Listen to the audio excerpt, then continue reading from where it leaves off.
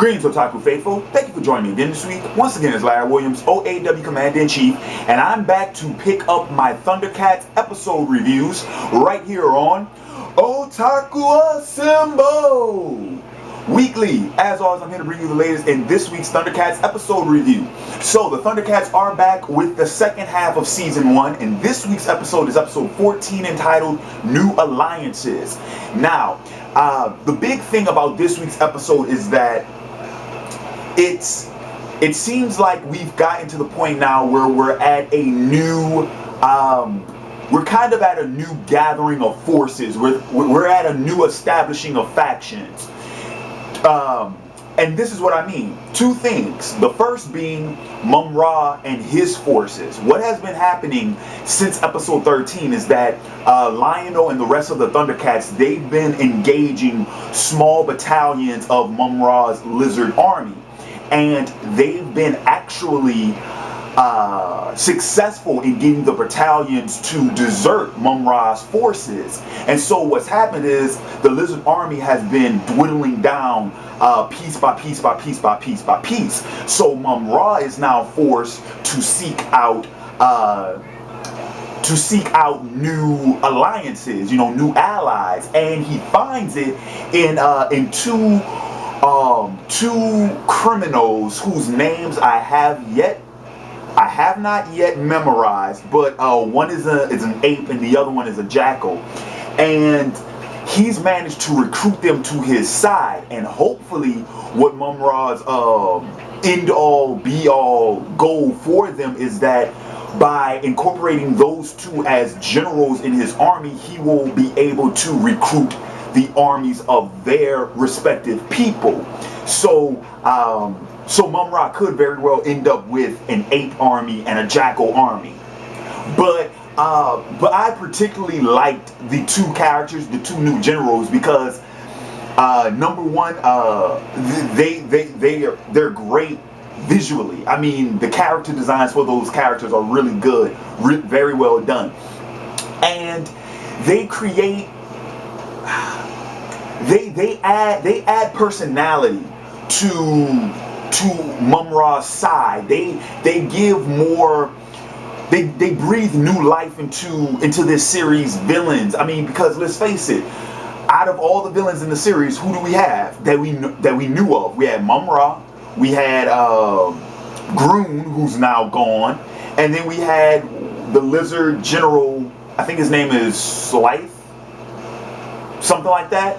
But other than that, the rest of Mumm-Ra's forces were all cannon fodder. So by adding in these two generals, we pretty much get two new bosses, if you will, if you consider them like bosses. We get two new bosses with different personalities. I especially enjoyed the Jackal because he's somewhat of a loose cannon and he's very crazy.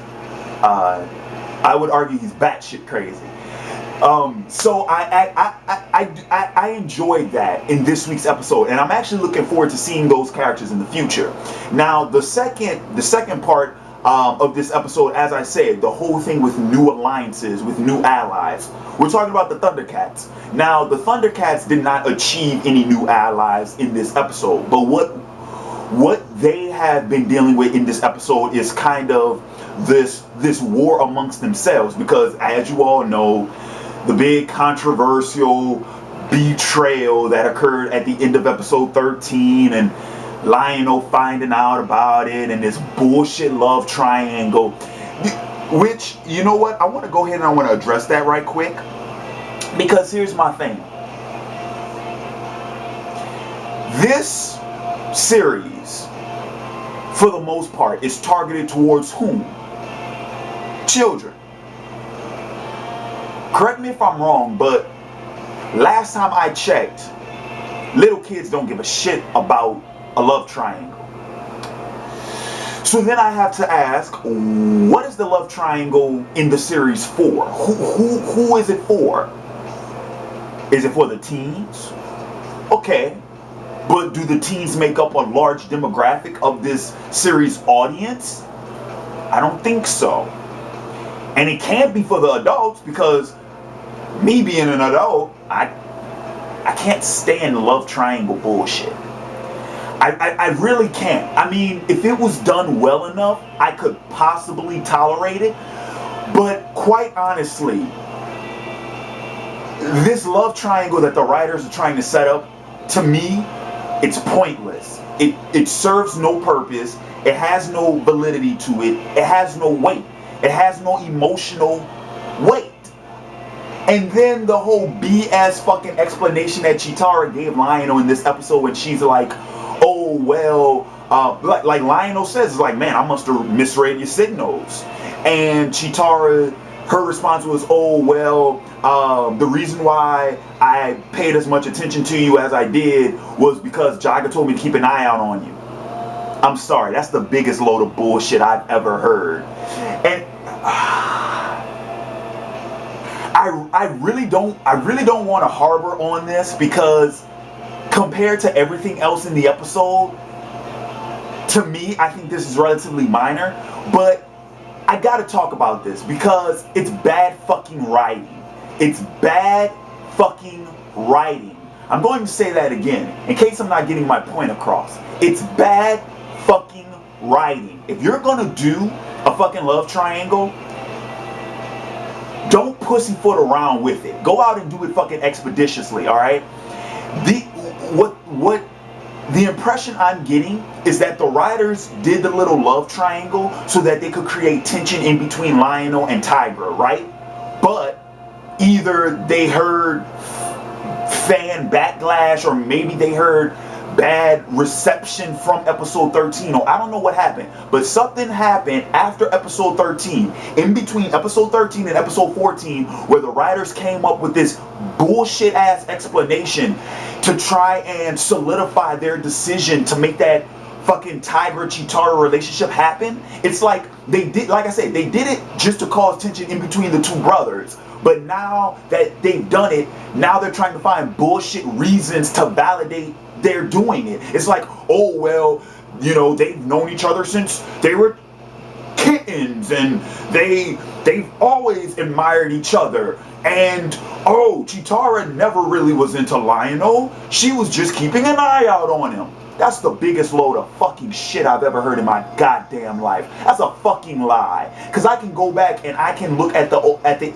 first 12 episodes, and I can find fucking examples that would put that bullshit in the gutter. It's bullshit. What they are doing, they're trying to retcon shit that they've already been building up for. That's what the fuck they're trying to do. That's sloppy ass fucking writing. That's bullshit ass writing. I'm sorry, no, fuck that. Oh, and for the record, I will say that the whole Cheetara thing, to be honest with you, like I said, it's bullshit. But I kind of expected better from the writers than that shit, because that's no different than the 20 to 30 to 50 to maybe even 100 bullshit excuses I've heard from females when they throw out fucking mixed signals and then they try to find some BS fucking reason to get out of it. It's like, I'm sorry, but that shit has no place in this series at all. You don't put shit like that in this series. Especially for a kid series, you don't fucking do that shit. I'm sorry. That, like I said, that's just horrible fucking writing on the writer's part. Yeah. And I'm done. Okay, mini rant is over. I'm done ranting about that. Fuck it. So pretty much this episode concludes with Lionel, Tigra, and Cheetara versus Mumm-Ra's generals. And for the first time in a long time, this is the first time in a while that the ThunderCats have lost. Because I don't think, if memory serves me correctly, I don't think they've lost since episode 6. When they finally found the Book of Omens. And then again, you can even argue whether or not that was a loss, because they couldn't defeat Mumm-Ra, but they were able to escape with the book. So you can argue whether or not, I think that's a loss, because they couldn't defeat Mumm-Ra. But yeah, This is like the first time since episode 6 that they've lost. I don't remember them losing in any episodes since.